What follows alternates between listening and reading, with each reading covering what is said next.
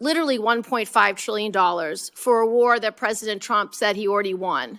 You're asking for $1.5 trillion, unlimited money for bombs, but insufficient money for the American people, for their health care, their food, their housing, and our farmers, Secretary Rollins, who we have cut SNAP program.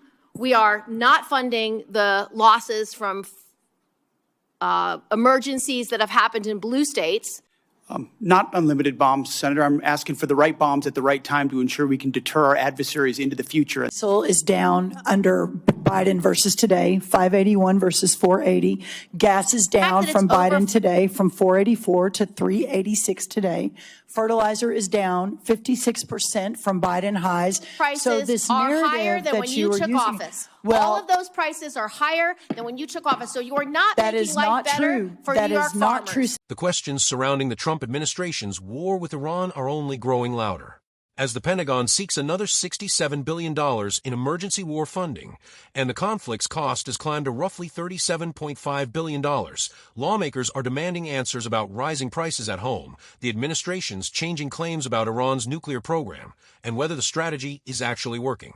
Those questions erupted during this Senate Appropriations Committee hearing when Senator Kirsten Gillibrand confronted Defense Secretary Pete Hegseth and Agriculture Secretary Brooke Rollins over the cost of the war, the burden on American families, and the administration's conflicting public statements.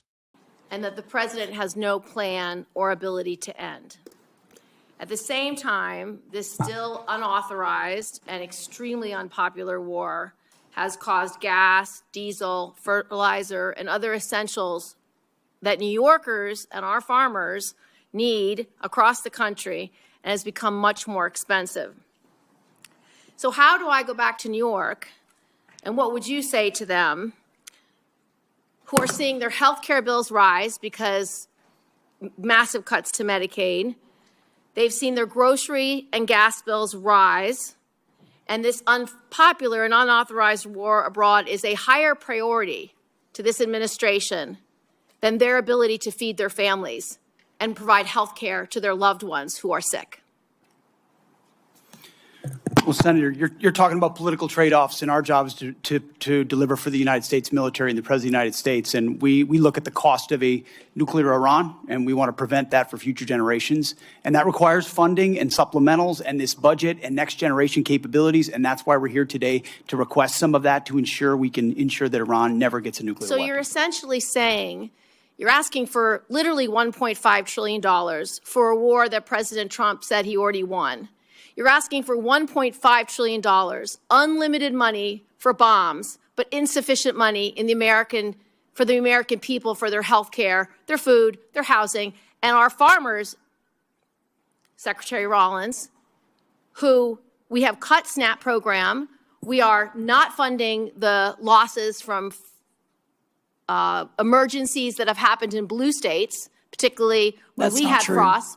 That's False. not true. False. You're not funding it. But back to you, Secretary Hegseth. And I would like to respond to the fertilizer and the gas. Have your chance, Secretary Hegseth. There's no reason to be rude. You are asking for unlimited money for bombs when people can't feed their families. And I don't know how this administration intends to defend those decisions to the American people. Not unlimited bombs, Senator. I'm asking for the right bombs at the right time to ensure we can deter our adversaries into the future. And that's why this is a generational investment. And it was the previous administration that didn't fund this department. The reason why they are so upset with you and this administration is because the words you have used in the past don't add up. About Iran specifically, you said that we had obliterated, quote unquote, Iran's ability to create nuclear weapons. The president made the same claim. Yet 8 months later, in February of 2026, the president launched an active war claiming Iran was within 2 weeks of having a weapon. So when you say two very different things, the American people don't know who to believe or what to believe. They just know they can't afford their health care, they can't afford their food, they can't afford housing, and our farmers are continuing to suffer. So, which is true? Was it obliterated or wasn't it? What's the status? The nuclear sites under Midnight Hammer were obliterated, but Iranians foolishly continued to attempt to pursue nuclear capabilities, which is why we destroyed their defense industrial base and so many of the other capabilities to ensure they can't get to a nuclear weapon. So we're staying laser focused on the objective, and you're trying to make campaign commercials. No, we're and not. That's fine. So listen to this. You also say that you made the missile program, quote, destroyed and made combat ineffective.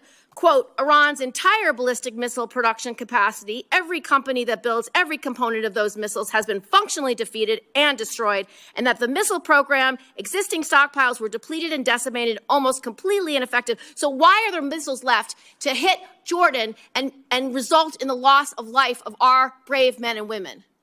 As we stated from the beginning, the Iranian defense industrial base is effectively gone.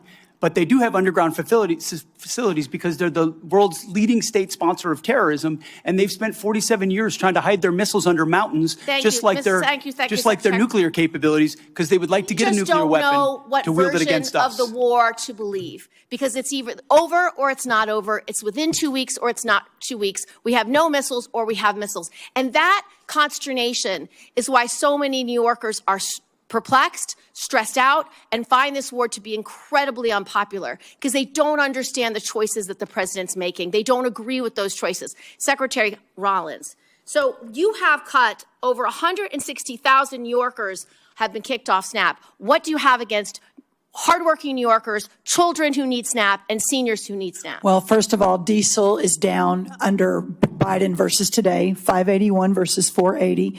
Gas is down from Biden today from 484 to 386 today. Fertilizer is down 56% from Biden highs. Prices so this are narrative higher than that when you took office. Well, all of those prices are higher than when you took office. So you're not making life better for New York farmers. That is not true, Senator. And let me tell you what New York is stressed out about is the fact that your state is taking prime farmland and turning it into solar farms. That is absolutely inexcusable. For you to stay, I have visited the New York farmers two times in upstate New York. Has expired. The exchange you just watched reflects one of the biggest political debates surrounding the current U.S. conflict with Iran.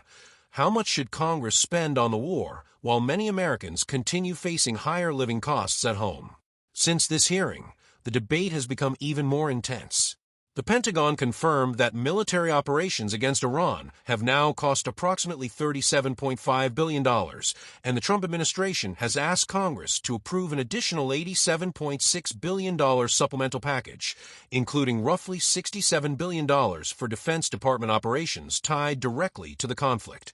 Administration officials argue the funding is needed to replenish weapons, maintain troop readiness, replace equipment used in combat, and continue military operations without interruption. At the same time, the conflict itself remains active. U.S. forces continue operating throughout the region. Tensions around the Strait of Hormuz remain high, and additional American casualties have been reported, increasing congressional pressure for clearer explanations about the administration's long-term objectives. Members of both parties have continued questioning whether the United States has a clearly defined strategy for ending the conflict or whether it risks becoming another prolonged military engagement. Those developments explain why Senator Kirsten Gillibrand focused on more than military operations. Rather than debating battlefield tactics, Gillibrand connected the war directly to everyday economic concerns. She argued that while the administration was requesting billions of dollars for military operations, many Americans continued struggling with higher grocery prices, health care costs, housing expenses, and financial pressure on farmers. Her central question was whether the administration had properly balanced national security priorities with domestic economic needs. Gillibrand also challenged what she described as inconsistent public messaging from the administration. She pointed to earlier statements claiming Iran's nuclear facilities and missile capabilities had been obliterated or effectively destroyed, then contrasted those claims with later military actions justified by warnings that Iran still posed an immediate nuclear threat and retained missile capabilities. Her argument was straightforward. If the administration had already achieved its stated military objectives, why was Congress now being asked to approve tens of billions of dollars more for an expanding conflict? Secretary Pete Hegseth strongly rejected that criticism. He argued that Operation Midnight Hammer had successfully destroyed key Iranian nuclear facilities and severely damaged Iran's defense industrial infrastructure.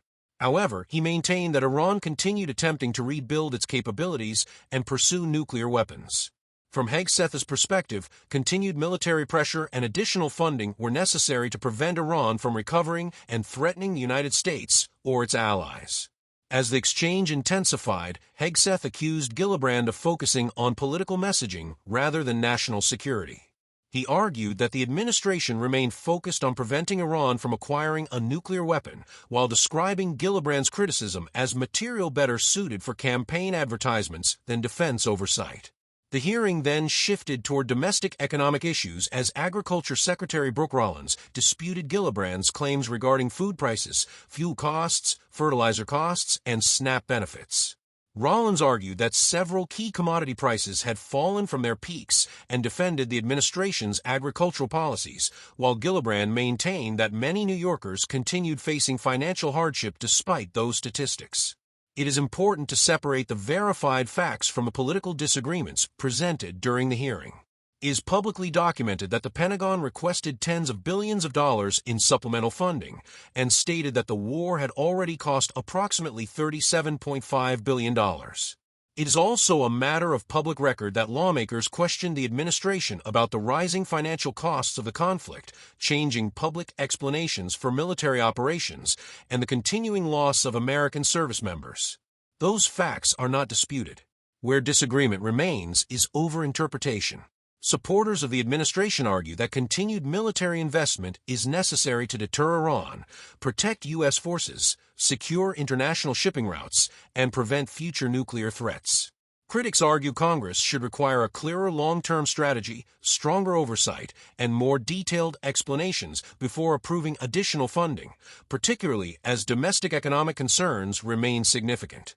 Ultimately, this hearing demonstrated that the debate is no longer limited to military strategy alone.